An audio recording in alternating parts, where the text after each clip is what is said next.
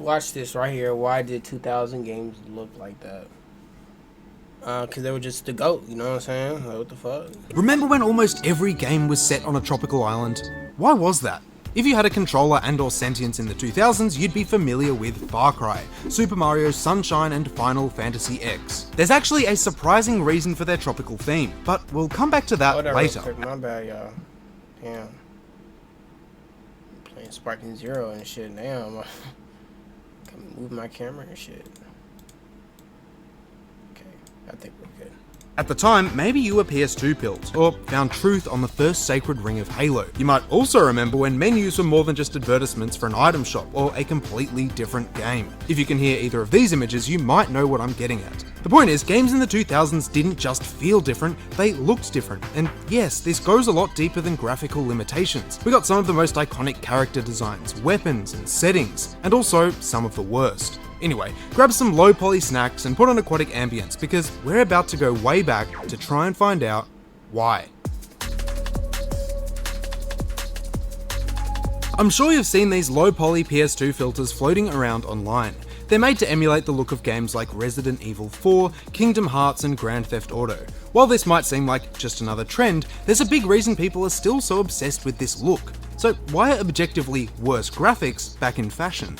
First, we've got to understand why games looked like this in the first place. Time to talk triangles. In 3D really games, nostalgia. polygons are the tiles that make up all of the objects you see and interact with. The more of these you have stuck together, the smoother something looks. For reference, Lara Croft used to be made up of about 200. Nowadays, you'd need at least 100,000. More polygons also equals more detail. It's largely why food no longer looks like a handful of pixels, being far more complex and realistic. With that being said, comment which one of these looks more delicious. Anyway, it wasn't as simple as slapping more polygons together. In the 2000s, consoles and hardware weren't able to process that many at once. Imagine trying to play Red Dead Redemption 2 on a PlayStation 2. It's just not happening. Instead, they had to get creative with what they had, and every polygon counted. They were making worlds with less, but trying to make them feel like more. To get around these restrictions, artists would use a couple interesting techniques. The most iconic of these is cell shading. This kind of replicates the feel of hand-drawn comic book style artwork, and can be seen in games like Jet Set Radio and The Legend of Zelda: The Wind Waker. By using this style, game studios could add personality to their world and its inhabitants, while still staying within any technical limitations. Jet Set Radio from the year 2000 is regarded as being the first game to utilize this technique on a large scale. It actually won several awards for this, with its vibrant and unique world design. Unsurprisingly, nostalgia isn't the only reason that people fell in love with low poly games. I believe a lot of their charm is in their simplicity. While environments like this are less detailed and less full, they can make gameplay more engaging for a very simple reason.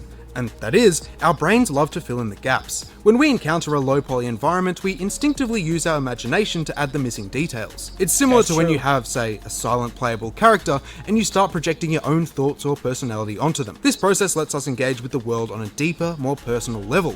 So, just like developers, low poly simplicity does invite our creativity. It's partly why people remember childhood games as being much more detailed than they actually were. Less complex environments also means that elements like gameplay, story, and character take center stage. And if you're only working with a few thousand polygons, your protagonist has to have very distinct features. Think about Link's hat, Master Chief's helmet, or Mario's moustache. Most of these started as only a few pixels, but have retained their iconic look all the way up until today. Personally, as graphics have advanced, I think we've lost a lot of the charm that made these early characters so recognizable. Back then, bold and exaggerated features were necessary, giving them a timeless, instantly recognizable appeal.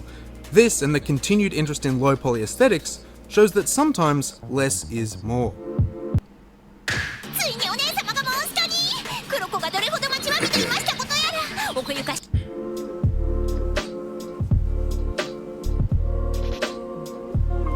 From the crystalline waters of Spira to the beaches of the Emerald Coast, so many games used to take place in the tropics. There's been some pretty interesting theories as to why this was, but let's go over a couple of examples first. Final Fantasy X was released in 2001, with Tidus and Yuna exploring the world of Spira. This consisted of various tropical islands with forests, temples, and an endless expanse of blue seas. Locations felt calm and serene, having a refreshing and mystical feel. For many people, this is the— You know what's so wild?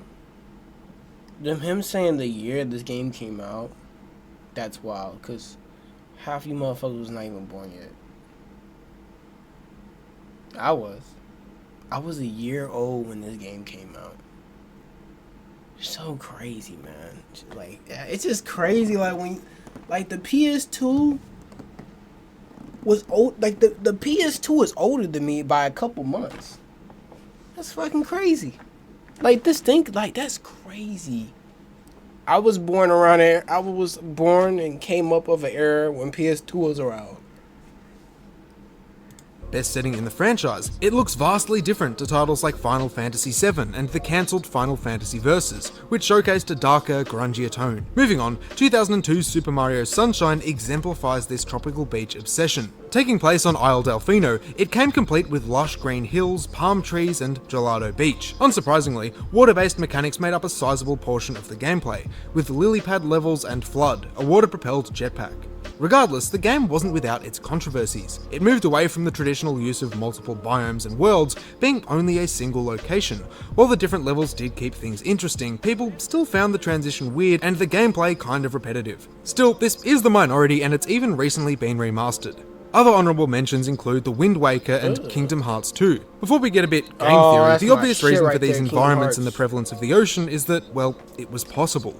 Simulating splashes, ripples and dynamic water is not easy, and it was only just becoming accessible in the early 2000s. Studios were saying goodbye to the chunky water of the 90s and welcoming in the moist horizons of the new millennium. Having a good system became a key benchmark for quality. In turn, oceans stopped needing to be only backgrounds or death barriers, and could just as easily be interactive set pieces instead. Now, you might have noticed a common thread across the games I've mentioned, namely that they are all made by Japanese developers. This isn't to say that Western games never had these environments, but their use definitely leaned in one direction. In line with this, it's possible that a lot of inspiration came from the country itself. The lead writer of Final Fantasy X, for example, notes that a trip to Okinawa was heavily inspirational. When comparing locations, this makes a lot more sense. That's fucking wild, because I actually live in fucking Okinawa. That's wild. I did not know that.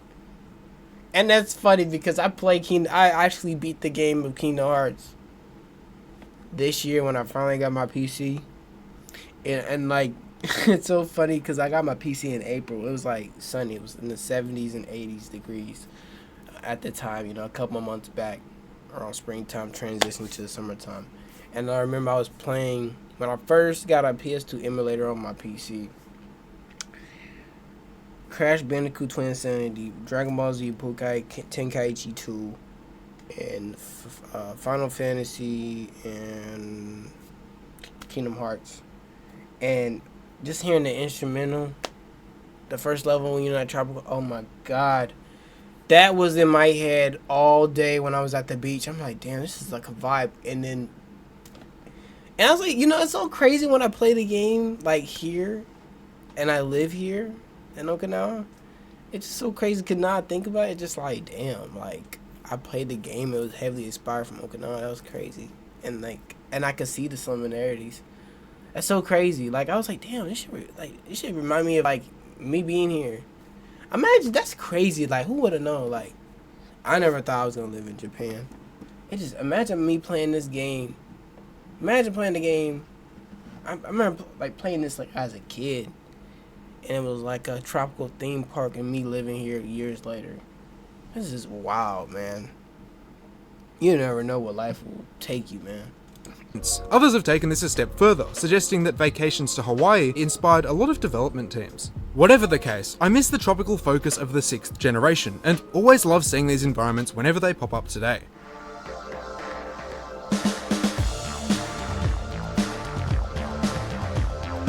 On the flip side of the calm, tropical aesthetic I mentioned earlier was a weird fascination with making everything dark and edgy. Prince of Persia went from this to this, and Sonic had a similar shift.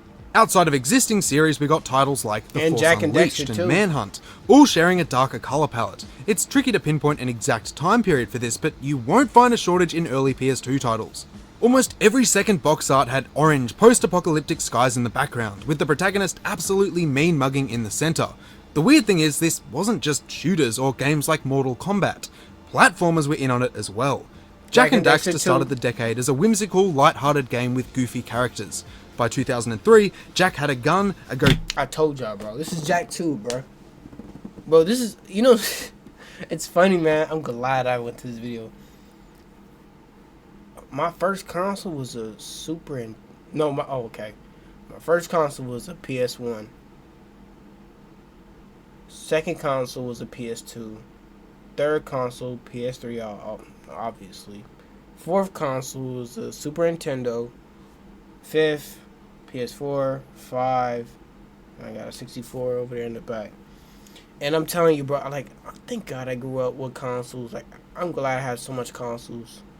Just based off, me coming up, and it's crazy, just the way how I came up, like, just crazy me to, like, to have access at those times, me having those games.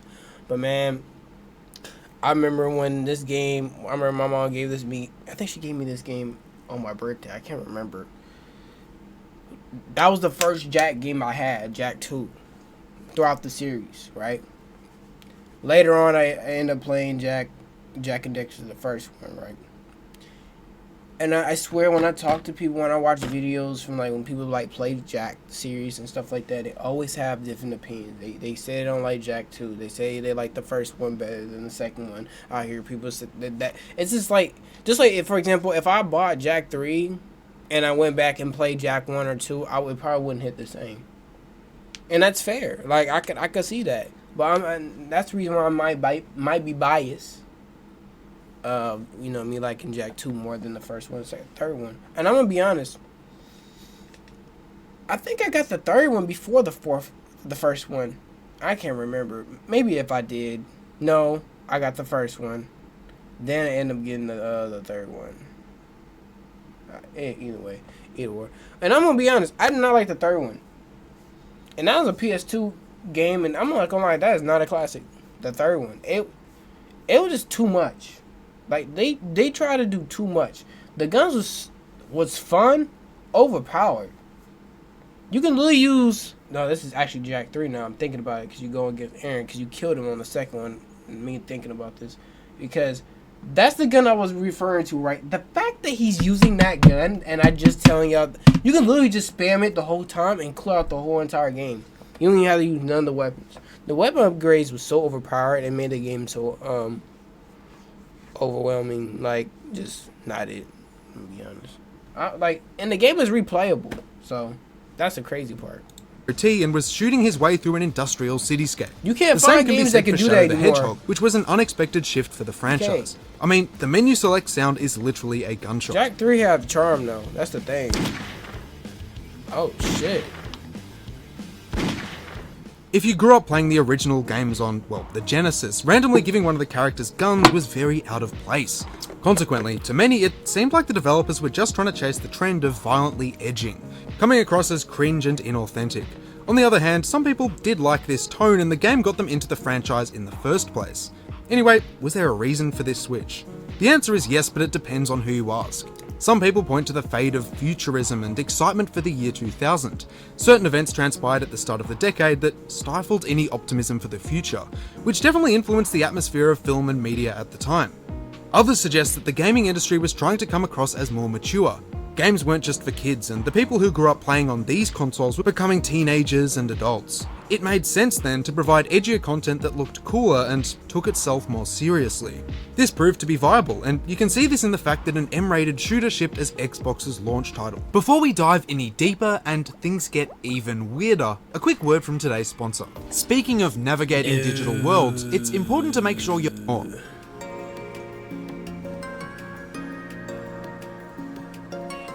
I haven't mentioned Fruitiger Aero for a while, and I'm starting to experience withdrawals. So here we are. gosh. In a gaming context, the aesthetic Fruitiger Aero is mostly associated with the 7th generation of consoles, starting in 2005. The best generation. And I might be biased because, I was a kid when the PS2 was in its mid to like almost done with its life cycle, and then the PS3 came out and the 360. That was my era.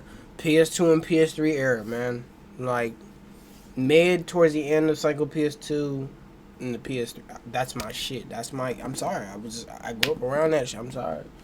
This is like the best generation consoles of all time. The fucking Wii. I remember the first time I actually encountered playing the Wii's, my cousin, he had it in 2007. I think he got it that year that when the Wii came out. and he had it, and he said he didn't even want to have it. I don't think he told. I think he was so mad because he didn't want a Wii, and he wanted an Xbox, and I think he got an Xbox that Christmas because of his grandma. So his mom bought him a Wii, and he got an Xbox the same. I was so pissed.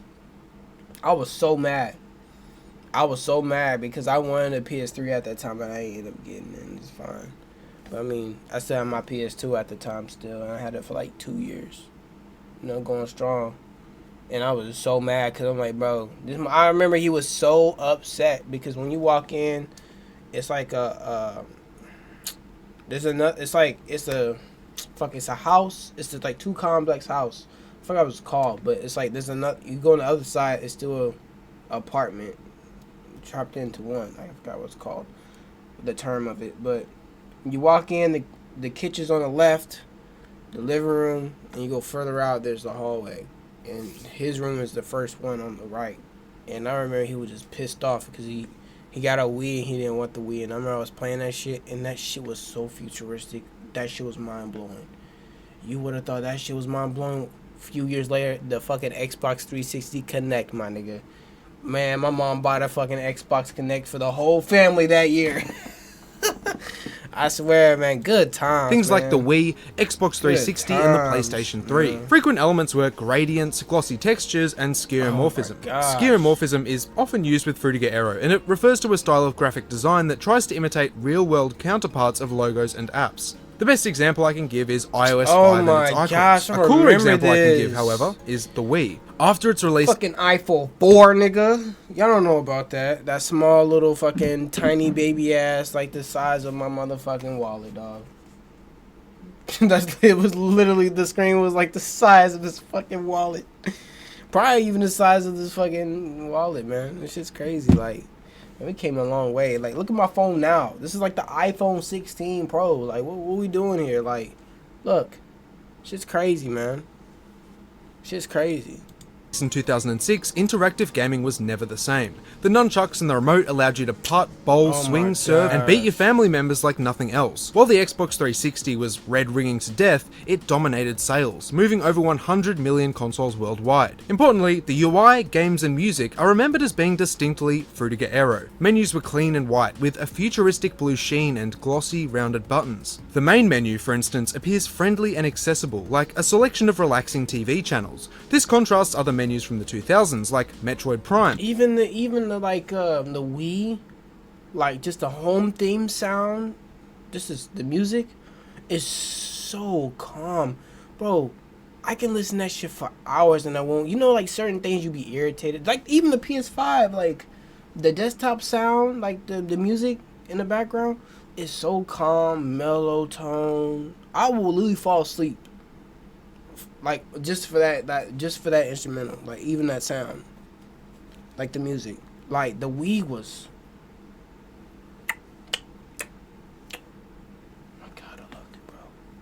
We never get those times ever again, man. That's the fucked up part, man. Time goes on. Which give off an edgier, dystopian vibe. The Wii's flagship titles maintained this fresh and calming aesthetic. Wii Sports Resort had the iconic Woohoo Island and a focus on water sports, and we haven't even gotten to the music. There's entire compilations of Nintendo's tunes, with everything from the Wi-Fi theme to system settings. Tracks felt futuristic and exciting, but not too intense. They were chill enough to be left on full volume in the living room while you smashed down dinner and got back to Mario Kart. This all helps the Wii feel really cohesive as a product. The music complemented the aesthetics and vice versa. In fact, this styling was one of the only good things about the later Wii U. Its menus retained these design principles, and the music was just as great. We even got this selection screen as part of the Miiverse, which offers an excellent demonstration of Fruitiger Aero's glossy, rounded icons. But that's enough about the Wii. It didn't have Halo, and trying to play GoldenEye via Wiimote convinced me that I was cognitively impaired. Xbox 360, on the other hand, was where capital G gamers did battle. Naturally, it didn't escape these design trends either. Take one look at the menu screen and you'll pick up on some of the same elements. The logos are glossy, easy to navigate, and vibrant. Windows Media Center stands out nicely, with a rounded green gradient as the backdrop. A common theme in this era was nature. Interfaces shown incorporate it in a non-invasive and harmonious way. Take a look at this Kinect's background, for example, with its huge circular skylight and a door opening onto a grassy field. This made the tech come across as familiar and approachable. Mirror's Edge from 2008 is another example of a game featuring this aesthetic. You can see it in office spaces like these, having grassy floors and decoration. So, why was this style so popular in games and consoles? Well, it mirrored a much larger movement that extended far beyond gaming. After all, this was around the time of Windows Aero, the design language used for Windows Vista. Companies were trying to make UI less intimidating by combining it with real-world concepts that people already understood, like nature and film. In theory, a menu like this should be easier to navigate and more inviting. I've got a lot of videos that go over this in greater depth, so check them out if you like this kind of design.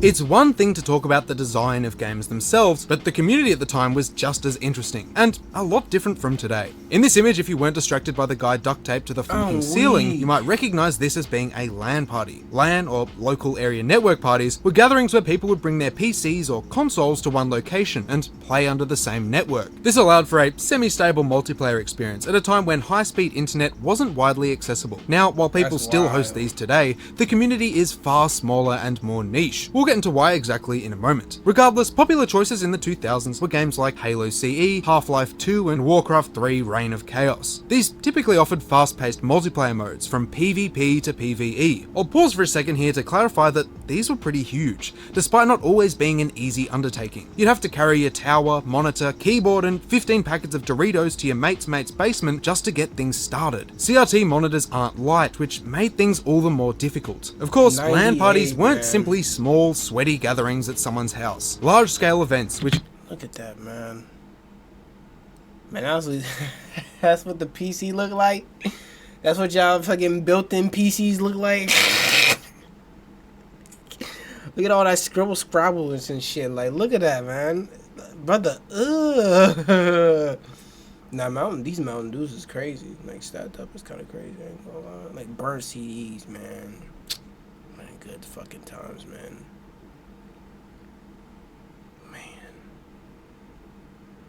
Just looking at this, man, which have been going on since the 90s, have drawn much larger crowds. Wow. The biggest of these is DreamHack. Like many LAN since the 90s, have drawn That's a fucking vibe, man. I wish I was born around the 80s and, like, get to experience shit like this around the 2000s, because I was a baby. I was legit around that time, so I don't remember none of that shit. The only thing I remember, like, the mid-2000s and the late 2000s and so on. But this is a fucking vibe, bro. Like, look at this. This is a vibe, man. Like, you can hang out with the homies all the way over there. You can play on... Like, that's fire, much larger crowds. The biggest of these is DreamHack. Like many LAN parties, only downside is just fast forward today. You know, times has changed. You know, fast forward, you're in your 40s and your 30s and you just reminiscing. You know what I'm saying? I'm in my fucking 20s and shit, reminiscing about some shit that happened 10 years ago. Y'all motherfuckers talk about some shit 25 years, 25 years. Could it be you? But it's gonna happen one day. It's gonna be to the point 10 years, 20 years from like, damn, back in my day, you know, shit was lit. You know what I'm saying? Started as a small group of schoolmates. They'd play games together in the basement of their school before transitioning to larger venues as the occasion became more and more popular. By the early 2000s, they were hosting in massive arenas with thousands of attendees. This photo conveys their scale, but fortunately not the smell. These kinds of events are still ongoing, if you know where to look, but smaller LAN parties are becoming a thing of the past. People are no longer carting their setups over to a friend's house to play multiplayer games. It's far easier to connect online thanks to faster and more reliable internet connections. Unless you live in Australia. This video has been uploading since August. Damn. Anyway, I think the decline of LAN parties took with it a significant social aspect of gaming. There's something special about physically playing with someone, even if it's just with split screen. You can actually see people's reactions. This isn't the same as voice chat, which itself is a ghost of its former, glory. Yum yum yum yum yum, I eat dick all day. Yum yum yum yum yum, I eat dick. Oh my god, I'm glad the grace of God and the gaming gods made the era my era. I'm glad, thank God, man. This is a great time. The great experience, man.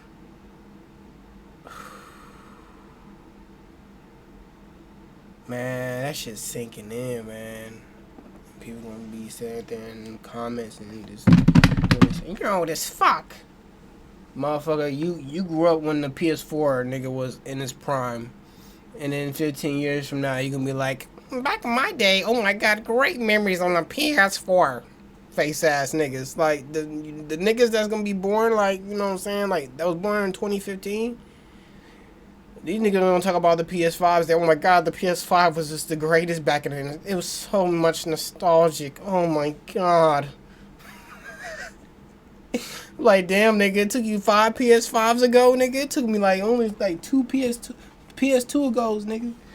Damn, I'm just glad I got to experience PS2, PS1, PS3, man, all the PS5, like all the PlayStation. I'm glad I got to experience that shit, bro.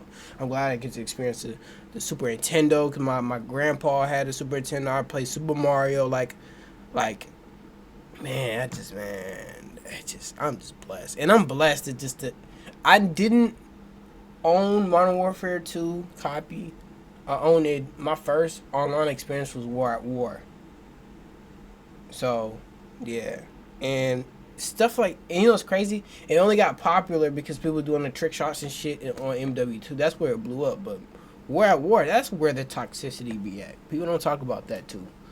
But Modern Warfare 2 just took it at its peak right there. And then Modern Warfare, Black Ops 1, Modern Warfare 3 was my shit. I know I put like 1,000 hours in that game, bro. And then when Black Ops 2 came out, man, the fucking world stopped.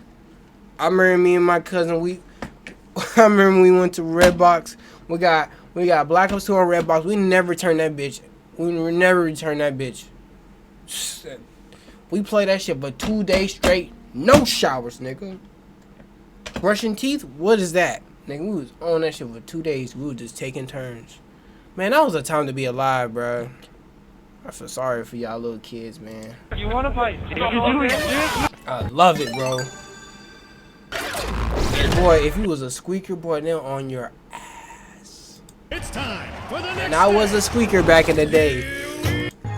I remember my dumb ass was trying to act like I have a deep voice. I didn't hit puberty yet. It's not even wiping. Not even wiping. Bro, I'm telling you, bro. I used to be a squeaker back in the day, bro. Because, you know what I'm saying, I was a little kid when I was playing online, bro. And I remember, and this is crazy, man, now I'm thinking about it. We didn't have the headsets nowadays to talk to your homies. You had to have, like, a Bluetooth. I'm talking about, like, those, you know, when your uncle that be having that Bluetooth and shit, that black one all around their ear and shit, that small piece right there in their ear and shit right here. They be talking to the, you know, whatever. They, you know, your uncles, you know, your dad. They be cutting the grass, the T-shirt. You know what I'm saying? The Air Force Ones with the shit right here. You know what I'm talking about. Yeah, you had to have one of those shits. And you had to connect it on the Bluetooth to the PS3. And, bro, you was one of the cool kids, man. Like, you had, and then with the PlayStation, I had a 360. I ain't had a 360. I had a PS3. So the 360, you can be in the group chat, you know, group party. We didn't have that. Like, you play online, it was only game chat. Like, it was proximity chat. That's where you get the action.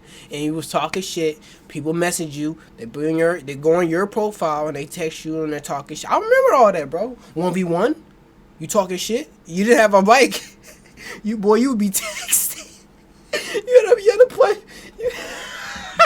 I remember if you didn't have a mic on the PS3, you had to push the PS button, go to nigga account, and start texting the nigga. Oh my god. Oh my god. Oh my god. That's something we'll never get back. We've already established that online gaming was in its early stages, but things were rapidly evolving. At its fucking By the peak. mid-2000s, Pandora's box had been well and truly opened. The competitive scene changed forever, and we got things like voice chat, microtransactions, and their consequences. To understand how this influenced the look and experience of gaming as a whole, it's time to go back. Yes. Back in the The year day. is 2002. You've just bought an Xbox from GameSpot, and on the way out you grab one of these. At home you pull out the jankiest mic known to man and a disc giving you access to a strange new subscription, Xbox Live. It might seem pretty insignificant now, but this was a pretty huge deal back then. You suddenly had a gamer tag that was the same across every game, a friends list, voice chat, and the ability to play with people all across the country with a single button. Yes, the initial selection of games wasn't groundbreaking, but this was quick to change. As things started taking off, one series remained the center of attention: Halo. The second game had so much hype around it that it was covered in the news, having a massive midnight release and over 2 million sales before the end of the day. Bungie had absolutely delivered, and you could play it on Xbox Live I right didn't even realize what you said. Not even wiping. Bro, I did wipe, bro. He's talking about. I just looked at the chat that you just sent like literally a minute ago. I was just like, I didn't realize what you were saying. I did wipe. And when I was playing Black Ops 2, when I didn't shower and shit, when I had to take a number 2, yes, I wiped. You think I was just a dirty motherfucker and I was just ready to play the game up to go? You thought after I was done, I popped up to see and start jetting just to play the game while I have shit streaks on my ass? No, dog. No, I'm sorry. I should have fucking clarified. Oh, shit. out of the box. To no surprise, the multiplayer used these features well. Proximity chat made the game highly social, encouraging interaction with both your teammates and the enemy. This is all but dead today, but the high skill ceiling remained consistent. Halo 2's multiplayer had combos, quick reload, the battle rifle, and sword lunges. If you weren't good, you were in trouble, and people would let you know. Naturally, Halo 2 quickly became a staple in Major League Gaming, being the focus of tournaments in the early 2000s. It goes without saying, but Halo heavily propelled the growth of esports and earned its position in the mainstream. Over on PC, things were changing as well, and another game genre was rising through the ranks. I couldn't not mention them, so we finally arrived at MMOs. Two names come to mind: RuneScape and, of course, World of Kung Fu. World of Warcraft dropped in 2004. It wasn't the first of its kind, but it was easily the biggest. Players flocked to Azeroth from all over the globe, peaking at 12 million during Wrath of the Lich King. It had a vast open world, engaging quest system, and robust social features. Guilds and raids, for example, fostered a sense of community that incentivized players to talk about the game and keep coming back. Going further, it created one of the earliest viral videos. Alright, thumbs up. Ready, guys? Let's do this. Leroy Dragons! Coming from a raid in 2005, this short clip sits at over 24 million views, and that's on a re-upload. Surprisingly, this was actually faked, and you can find outtakes online. Do this. Leroy Dragons! At least he had chicken. RuneScape was the other behemoth of early 2000s MMOs. Released in 2001, it functioned and looked a whole lot different to World of Warcraft. You could count the number of polygons on each character and still have a couple fingers down. However, where RuneScape excelled was in its freedom. There were so many different quests, skills, and activities that you weren't locked down to a singular path of progression. Mining, smithing, woodcutting, crafting, strength, and more were all available at launch, with other skills like farming added later in the game. Another key to its success was the fact that it was browser-based. You didn't need a crazy rig and a download to run this, just an internet connection and a working mouse. These kinds of games were incredibly successful in the 2000s, and helped popularize a lot of the trends we see today. Unfortunately, not all of these were good ones. The rise of online games gave cosmetics another, more sinister purpose: status. It wasn't just about what looked good to you, it was about how you were perceived by other players, and companies knew exactly how to exploit this. Microtransactions. They gained major traction with the rise of free-to-play MMOs. Everything from upgrades to cosmetics could be bundled, randomized, and spun for a few dollars. An early adopter of this was MapleStory, with the release of the Cash Shop in the mid-2000s. This wasn't exclusive to online games though, and it started bleeding into every other genre. I'm sure you can guess where this is going, but if not, let me introduce you to the now infamous horse armor. In 2006, Elder Scrolls Oblivion made the strange decision to announce and sell this for $2.50. Sure, this doesn't seem like a big deal today, but at the time it was a massive step towards monetizing even the most trivial aspects of a game. It offered no competitive advantage, didn't look all that cool, but people still bought it. And That's they never wild. stopped. Fuck. Massive midnight releases, LAN parties, physical game discs, I wish they didn't disc do that. drives themselves. All of these are quickly becoming things of the past, and gaming has changed a lot over the last decade. Microtransactions are par for the course, with Fortnite sustained by its item shop for the past 7 years. Going back to UI, I'm still waiting for a menu to give me the same feeling as Halo 3's. Games should feel exciting from the moment you boot them up. I don't want shop bundles being shoved in my face like Windows errors before I've even seen the title screen. Others have just become confusing, moving away from simplicity to It literally took Dragon Ball Sparky Zero for me to be excited. The last game that made me so excited for me to, have this high rushing feeling like a kid, urgent to play the game, was Sparky Zero. And I remember I was at work, and keep in mind, I live in Japan, so when the game came out was around the time I worked. Came around, I think around 11 in the morning for me. So I get off at 2, right? I'll never forget. I made sure I got out of work. I made sure, everything was good and Gucci. I sprint to my car. Go straight to home, right? I turned on my fucking PC. Before I took a shower, I hopped on my PC. I downloaded everything, right? Took a shower. Boy, I scrubbed. 10, 15 minute shower. Make sure I scrub. Boy, I was locked in for 12 hours. I was a kid, man. Like, I was just so... Like, I never had that feeling in a long time. I can't even name one game that made me feel like that. I'm going to be honest. And, like, for me to feel that way... Like, I haven't felt that feeling since, like, I was, like, a teenager playing games and shit like that as a kid. Like, you know what I'm saying? Like, it took one game that I was so hyped for. And it met that thing. I'm still playing Sparking Zero still to this day. Shit crazy. Like, you know when a game, you fucking with a game, for you to hop up and get excited and shit, just to do that. And I'm still playing Sparking Zero. Like, I'm still putting hours in that game. I love Sparking Zero. Do whatever the hell this is. Some things, however, have remained strong. Old school RuneScape and World of Warcraft have millions of active users between them, and Halo is still a thing that exists. Even large-scale LAN parties have been kept alive by DreamHack. I also think, as a whole, a lot of people miss the low-poly aesthetics of older games, and actually prefer them to the intense focus on graphical fidelity. But that's more than enough from me. If you enjoyed this video, consider subscribing because I've got a lot more on the way. And let me know what you think. Do you like where games are headed, or could we take some pointers from the past? Look at this, man. I got a Super Nintendo on the back. I got Mario Party 2 and the slot machine. Look at that. I don't think y'all can see that. Hold on real quick. Right there. Ocarina of Time, man. Well, y'all don't know about that game. Y'all was in y'all daddy's sacks when the game came out, and I was too. But I played it later on, you know what I'm saying, coming up, so.